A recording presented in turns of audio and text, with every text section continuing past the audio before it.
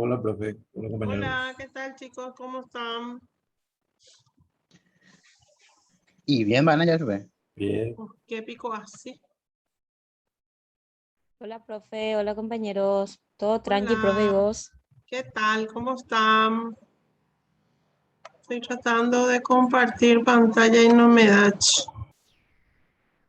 Un ratito, ¿sí?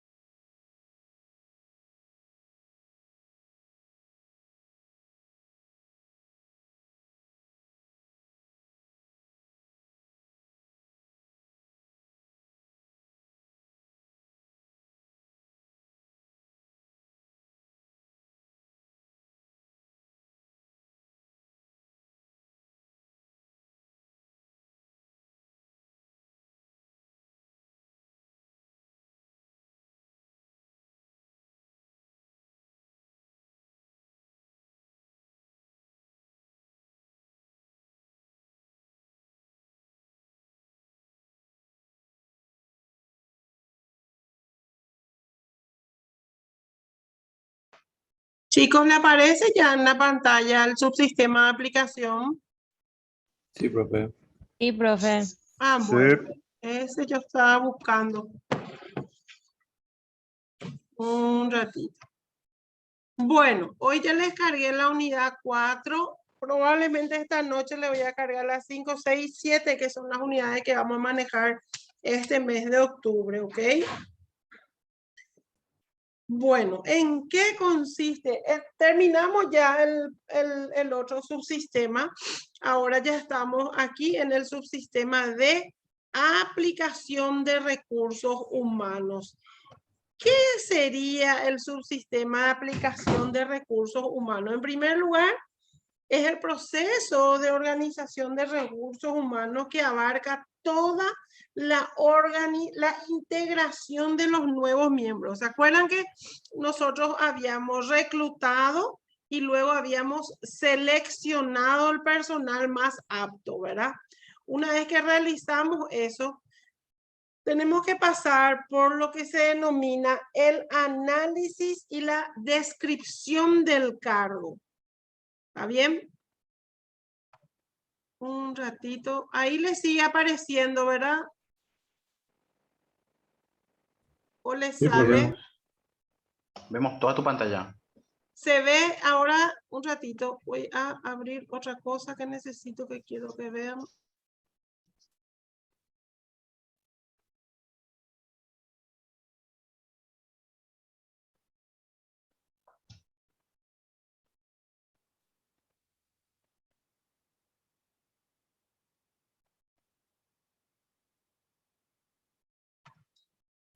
Gracias.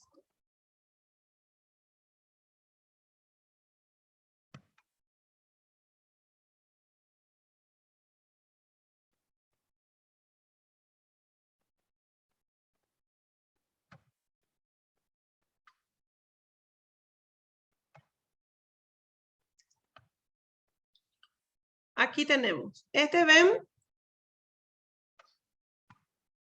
Aparece Sí, en nuestra profe. unidad 4. Muy bien. Entonces, después de reclutar y después de seleccionar el personal más apto, ¿verdad? Vamos a integrarle a esas personas que le elegimos. Esas personas están destinadas a un cargo y van a ser evaluadas según su desempeño, ¿verdad? Entonces, la empresa solo puede funcionar cuando estas personas están en sus puestos de trabajo desempeñando adecuadamente sus funciones. ¿Qué pasa? Si esta persona que nosotros elegimos no desempeñan las funciones para las cuales fueron seleccionadas, admitidas, preparadas, vamos a tener personas que no son aptas para su cargo, ¿verdad? Entonces, para conseguir eso, se diseña la estructura formal, se definen organismos y cargos y se establecen reglas administrativas, requisitos y atribuciones, ¿verdad? A eso, ¿cómo le llamamos? A eso le llamamos división del trabajo.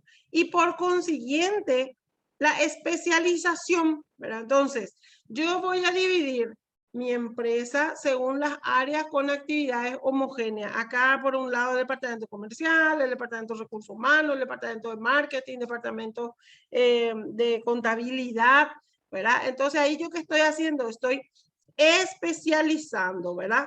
Y estoy realizando una diferenciación de funciones. ¿Qué yo busco con eso? Racionalizar la situación, estableciendo operaciones rutinarias que puedan disminuir la inseguridad en el trabajo, ¿verdad? Ahora, ¿qué es la socialización organizacional, Cristian?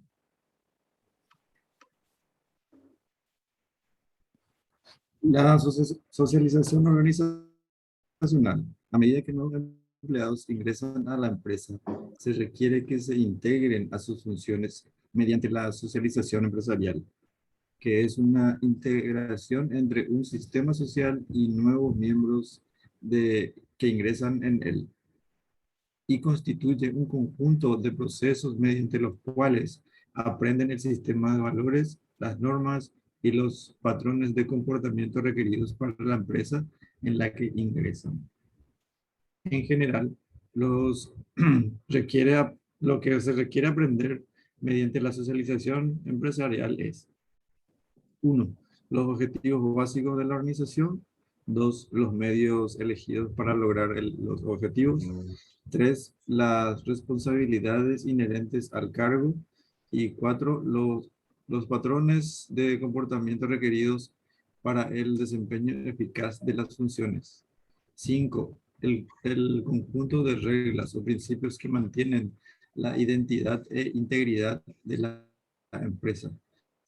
El grado el grado en que el nuevo empleado debe aprender estos valores, normas y patrones de comportamiento depende del grado de socialización exigido por la empresa.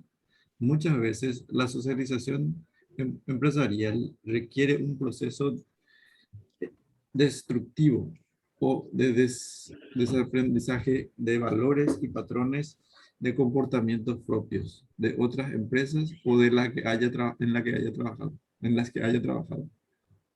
¿Hasta ahí, profe? ¿O sí? Puedes continuar, sí, puedes continuar. Anteriormente, otras solo incluyen reafirmación de algunas normas.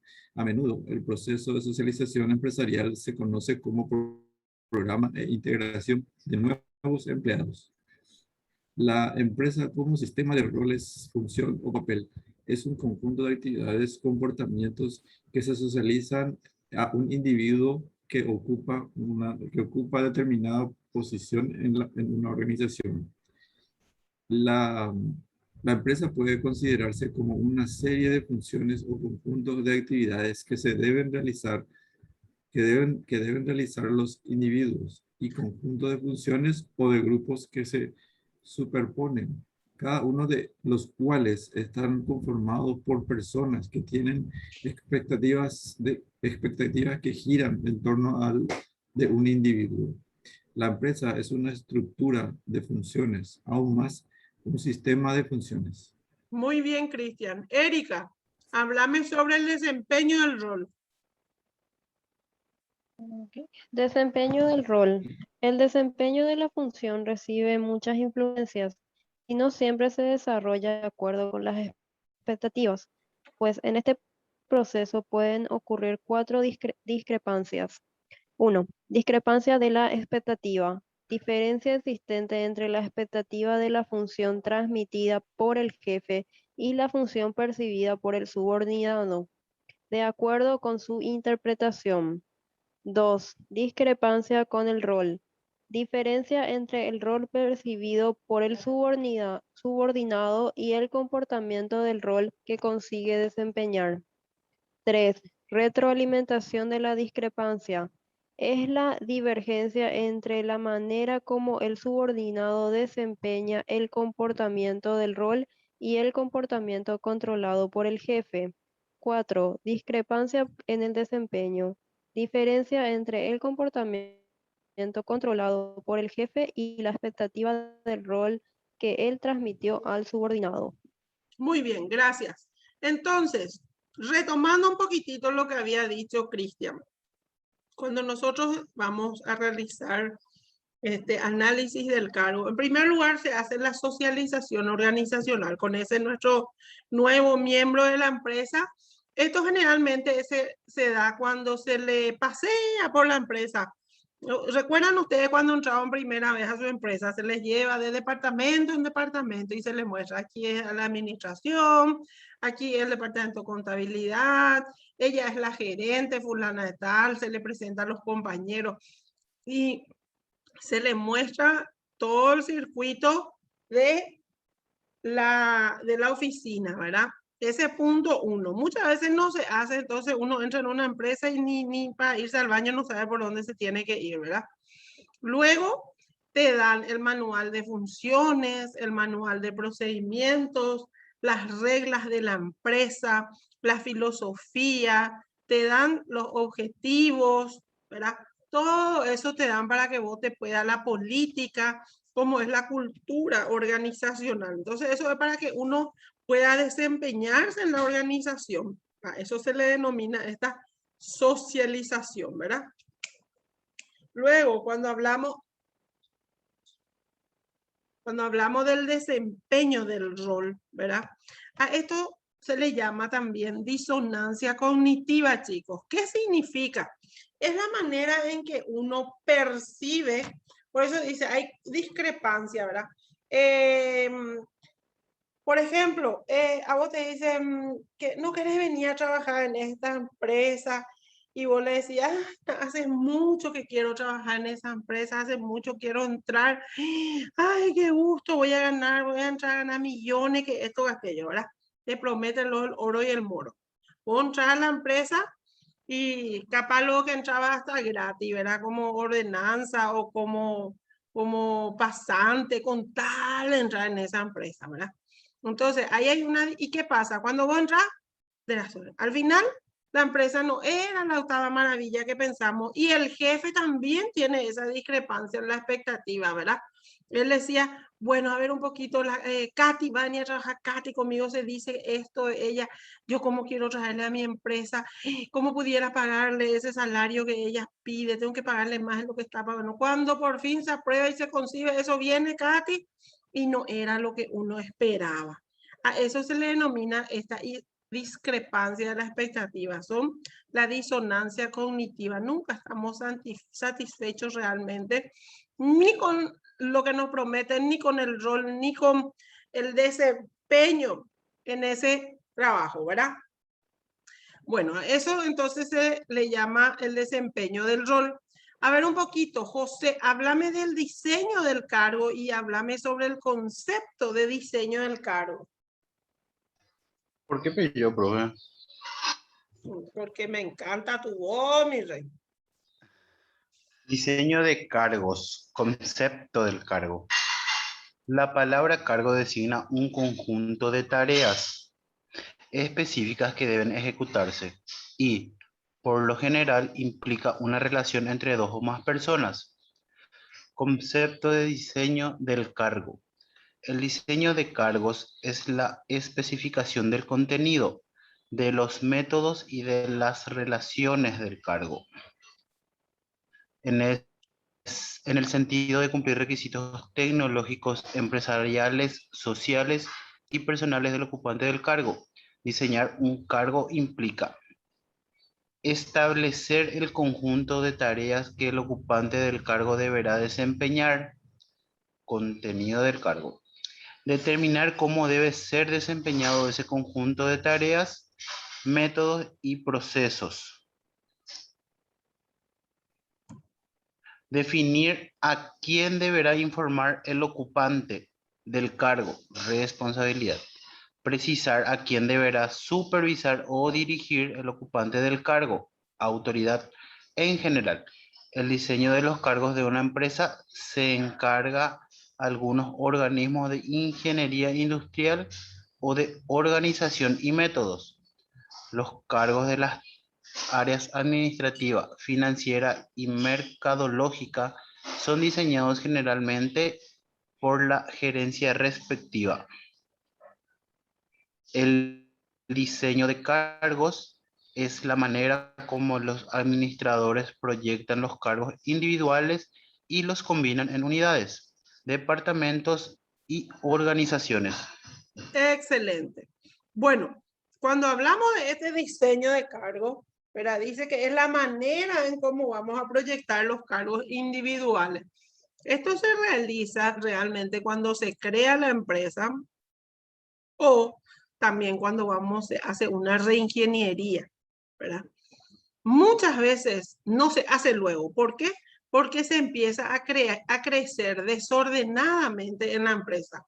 Entonces, primero empiezan 2, 3, y después son 4, 5, sin darse cuenta son 10, y después son 20, y todo desordenadamente fueron ocupando los cargos para suplir y poder satisfacer la necesidad del consumidor. Entonces, llega un punto en donde si no se hizo un planeamiento estratégico del análisis del cargo y como una descripción de qué va a ser el que ocupa cada cargo, entonces después en la reingeniería se tiene que hacer, porque o si no, vamos a crecer de manera desordenada. Entonces este es un paso que hay que cumplir, ¿verdad? Y como estuvo leyendo el compañero, ahí se toman las decisiones al respecto de cada uno de los aspectos, ¿verdad? Aquí nosotros tenemos que el análisis y descripción de cargo. Para poder describir el cargo, yo antes tengo que analizar qué se va a hacer en mi empresa, ¿verdad? Cuando hablamos de este análisis del cargo, tenemos, primero dijimos qué era el cargo. A ver, Marisa.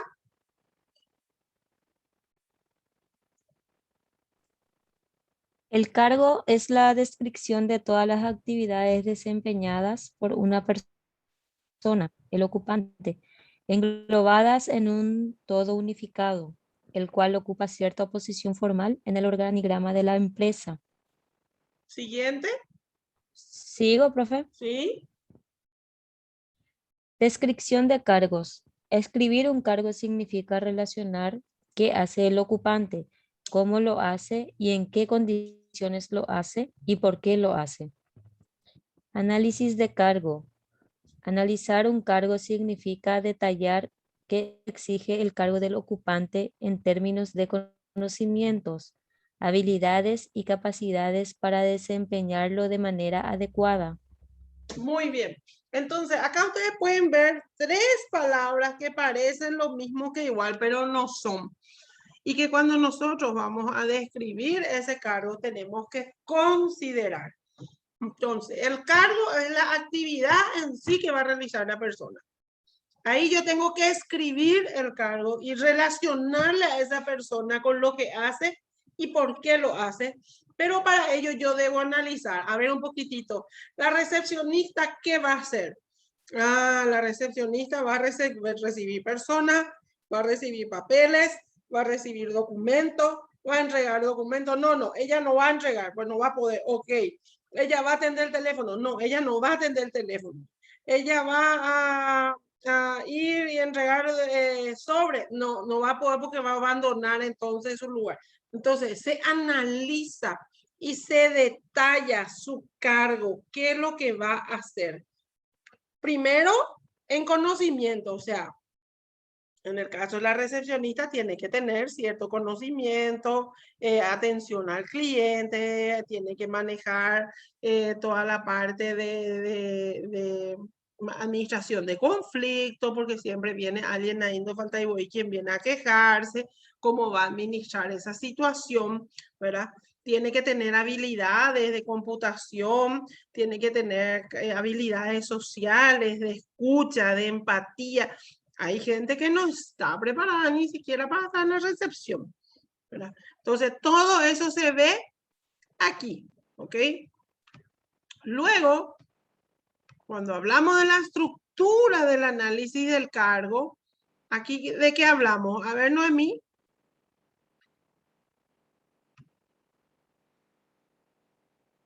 Hola, profe, ¿qué tal? ¿Cómo Te te va? leo. El análisis de cargo determina cuáles son los requisitos físicos e intelectuales que debería tener el ocupante para el desempeño adecuado del cargo, las cuales son las responsabilidades que el cargo impone y en condiciones que debe desempeñarse en el cargo.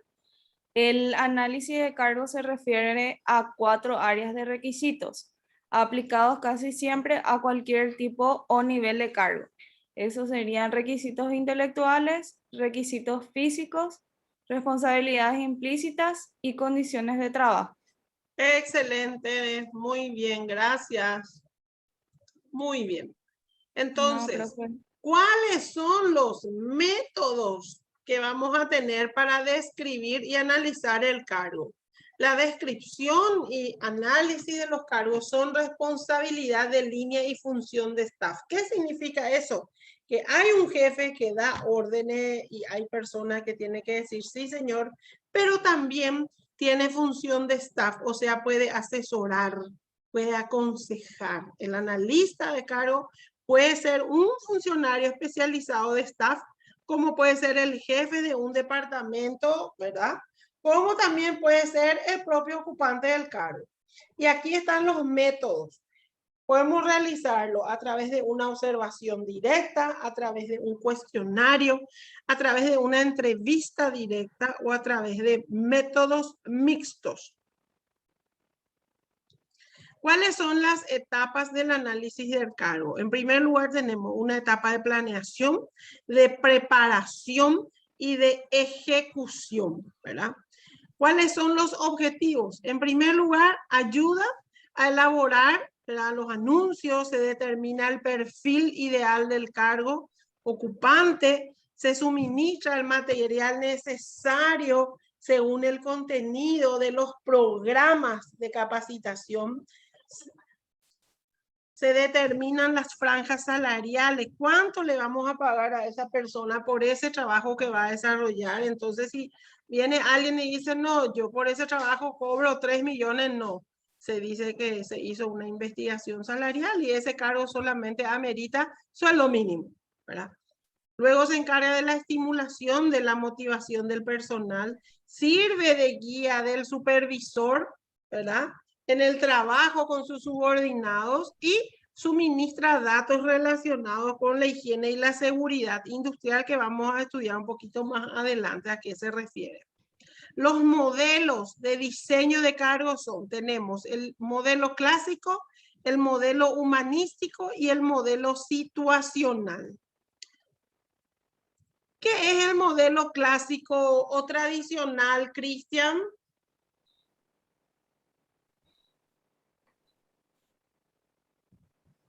Conceptos sobre modelos de diseño de cargo. Modelo clásico o tradicional. Teoría administrativa estudiada durante el siglo XX, en la cual sus representantes más sobresalientes están Taylor, Gantt y Gilbert. Presentaron un enfoque sistemático acerca del funcionamiento de los cargos, buscando el funcionamiento óptimo. La administración científica, basado en la ingeniería industrial, pregonaba que solo métodos y procedimientos científicos permitirían proyectar cargos y lograr una eficiencia máxima. Muy bien. Entonces, aquí nosotros nos remontamos a el año 1900, ¿verdad? Yo ya les había hablado de toda esa evolución de la administración en la época de Taylor, de Fayol, del Homo económico, donde no nos importaba ese personal a nosotros, ¿verdad? Queríamos que venga, que trabaje. Les conté que ellos eran casi analfabetos, caullo, ¿verdad? Entonces, cuando eso para el diseño de cargos se utilizaba este modelo clásico o tradicional. Luego aparece Elton Mayo, ¿verdad? En los años 30 con el experimento de Hawthorne aparece, ¿verdad?, el modelo humanista o de las relaciones humanas. Esto ha surgido en la Escuela de Relaciones Humanas en contraposición de la administración científica, que solo hablaba del homo económico, ¿verdad?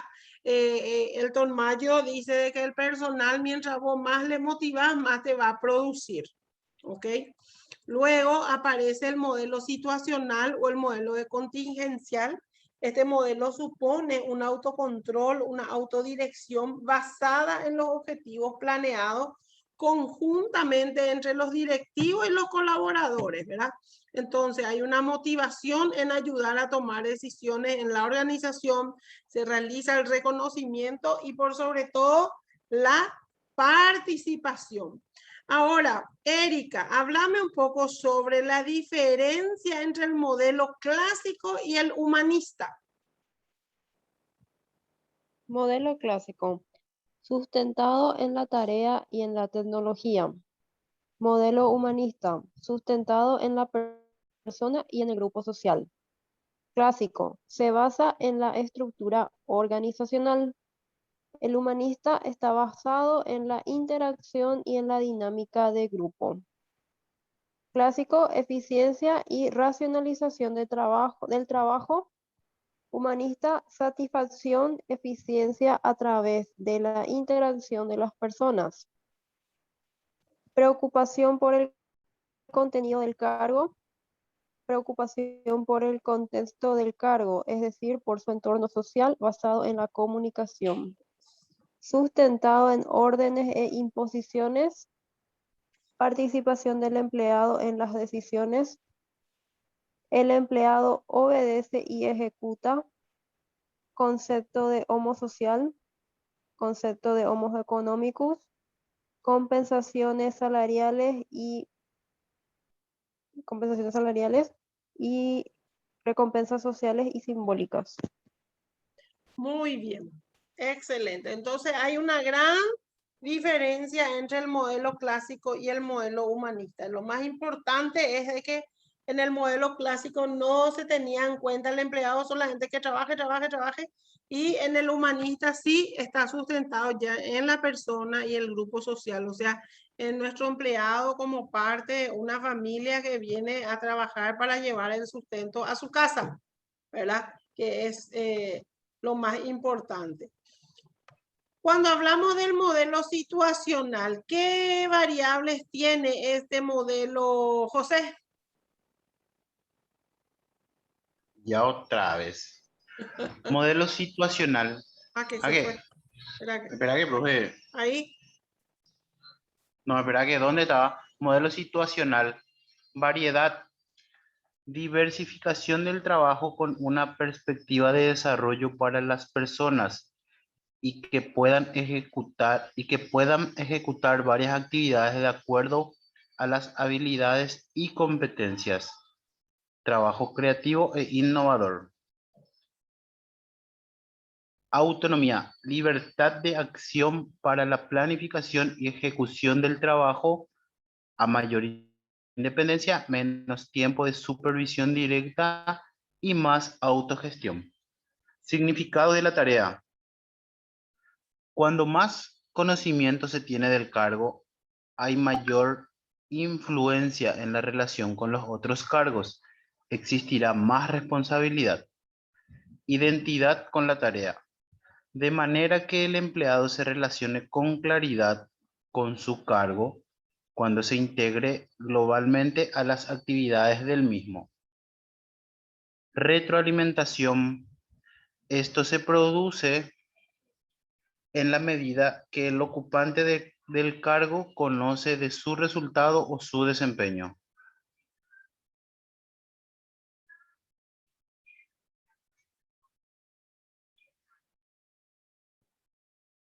Muy bien, José. Entonces, este es el modelo situacional. ¿Qué significa el modelo situacional o contingente? Se adapta ¿a qué? A la situación. Tenemos que tener, cuando hablamos del modelo situacional, un plan A, un plan B, un plan C, un plan Z, ¿verdad? Para poder estar preparados y no improvisar. Gracias, José. Bueno, después pasamos a parte de este subsistema de aplicación. Este personal entró, ¿qué pasa? Le contratamos, está 2 meses y ¿qué le hacemos? Le hacemos pagar el desayuno. Tenemos que tienen que pasar su periodo de prueba a través de qué, de una evaluación de Eso, desempeño, eso ¿verdad? iba así, profe, una evaluación, pero a los 2 meses, profe, A los no 2 meses primero. para ver si pasó el periodo de prueba y después cada 6 meses. La evaluación es un concepto dinámico, ya que los empleados son siempre evaluados con cierta continuidad, ¿verdad? Sea formal o informalmente en las organizaciones. Es un medio a través del cual es posible localizar los problemas de supervisión de personal, de integración del empleado en la organización, de los cargos que ocupa y otros. ¿Por qué? Porque vos ahí le preguntás a tu empleado, ¿por qué no lograste esta meta? ¿Qué necesitas para mejorar tu performance? ¿Qué te podemos ayudar? O hacer una mea culpa en algún aspecto de lo que hemos marcado que está flojo. Y ahí se habla, ¿verdad? Generalmente en la evaluación de desempeño para ver si pasa el periodo de prueba, medio que me va a servir o no me va a servir, nomás se hace, ¿verdad? Luego sí, a los 6 meses y a los 1 año se hace para poder, ¿qué? Poder promocionarle o para poder aumentarle su salario, ¿verdad? Cuando hablamos de la evaluación de desempeño, hay responsabilidades. El gerente, el empleado y el comité de evaluación tienen responsabilidades, ¿verdad? Sí. ¿Cuáles son las del empleado? La evaluación de desempeño no puede ser responsabilidad exclusiva del individuo, porque a esto se le denomina autoevaluación. Muchas veces te dan a vos para que te evalúes, pero vos no puedes ser el único responsable. Después te tiene que evaluar a alguien más. ¿Para qué? Para lograr la heterogeneidad de los objetivos. Debe tener condiciones para evaluarse. Es importante los puntos de vista empleado, supervisor y los objetivos personales e individuales. ¿Cuáles son los objetivos de nuestra evaluación de desempeño? Tenemos objetivos intermedios, tenemos propósitos fundamentales, ¿verdad? Que era, en primer lugar, justificar la acción salarial. O sea, te estoy pagando tanto y la verdad que tu trabajo no demuestra tu desempeño que califique para ese salario. Otro es eliminar un desempeño o la necesidad, es examinar el desempeño o la necesidad de superación, ¿verdad? Hay ciertas personas que están contentas o conformes, son conformistas y ahí nomás se quieren quedar, no quieren lo cambiar, pues si vos bien están ahí no le vayan a mover. Y otro que, Dios mío, se pichan si vos no le promueves, ¿verdad? Entonces, eso nos ayuda a través de un entrenamiento y una promoción. Los objetivos son de adecuación. Tenemos otros objetivos que son de incentivo salarial, que mejoran las relaciones humanas y hay un autoperfeccionamiento. Si yo sé de que después de mi evaluación, según lo que sale en mi evaluación, voy a tener un aumento de salario, ¡ja! ¿Cómo se portan los muchachos, verdad? Y por último, un reconocimiento. ¿Por qué? Porque este incentivo salarial finalmente es un estímulo, una transferencia, ¿verdad? Dijimos de que esta evaluación de desempeño tenía beneficios para el jefe, para el subordinado y para la organización. Esta evaluación tiene métodos tradicionales que pueden ser las escalas gráficas. Aquí se utiliza la elección forzada o la investigación de campo. Tenemos otro método que se llama incidentes críticos. Aquí se hace comparación por pares o frases descriptivas. Y otro método que es la autoevaluación, la evaluación de resultados, o pueden ser los métodos mixtos también, ¿verdad? Esta evaluación de resultados con respecto a los métodos, esta evaluación de desempeño, ¿verdad? Con relación a los métodos y las técnicas, se basan en el desempeño, comparten la ventaja de un tema determinado sobre algo que ya ocurrió. ¿Cuál es la desventaja? Radica en la imposibilidad de cambiar lo que ya pasó, ¿verdad? Entonces vos si no hiciste tu mérito y se hace la evaluación, fuiste ya, ¿verdad? Muchas veces sí se anuncia cuando es, los muchachos 2 o 3 meses antes empiezan a brillar como escoba nueva, ¿verdad? Por eso que la empresa nomás tiene que manejar la fecha sorpresa de evaluación de desempeño, ¿verdad? Luego tenemos, un ratito, Profe, estos métodos, ¿sí? la empresa Usted dijo que la empresa puede evaluarle al empleado, pero el empleado tiene, digamos, el derecho de poder ver su evaluación, puede Sí. pedir su evaluación, o Sí. la empresa se puede reservar y no darle. Solamente También, decirle, depende de la política de la organización, no es una obligación depende de la mostrar. empresa. Depende de la política. Hay empresas que tienen, se denomina una evaluación 360 grados, en donde vos te evalúas, te evalúa tu jefe, te evalúa tu compañero, entonces es el de arriba, el de abajo y vos, ¿verdad? Y muchas veces es confidencial porque si no se vuelve subjetivo y se enojan con los compañeros, ¿verdad? Entonces tiene toda ya una corrección, ¿verdad? Muchas veces es cuantitativo y ahí nomás ya sale el puntaje y en base a eso ya se discrimina cómo lo que queda, ¿verdad? Bueno, tenemos varios métodos, ¿verdad? Varían de organización a otra. Cada una tiende a construir su propio sistema para evaluar conforme el nivel jerárquico y el área de adscripción, ¿verdad? Tenemos el sistema de evaluación de gerente o puede ser el sistema de evaluación de empleado. ¿Cumpliste con tu meta? ¿Sí o no? Puede ser por mes, por hora en el caso de unos vendedores, cobradores, ¿verdad? Estas son las técnicas que estábamos viendo. Y bueno, hasta acá entonces, chicos, nuestra clase. Ya tienen tareas con respecto a este tema.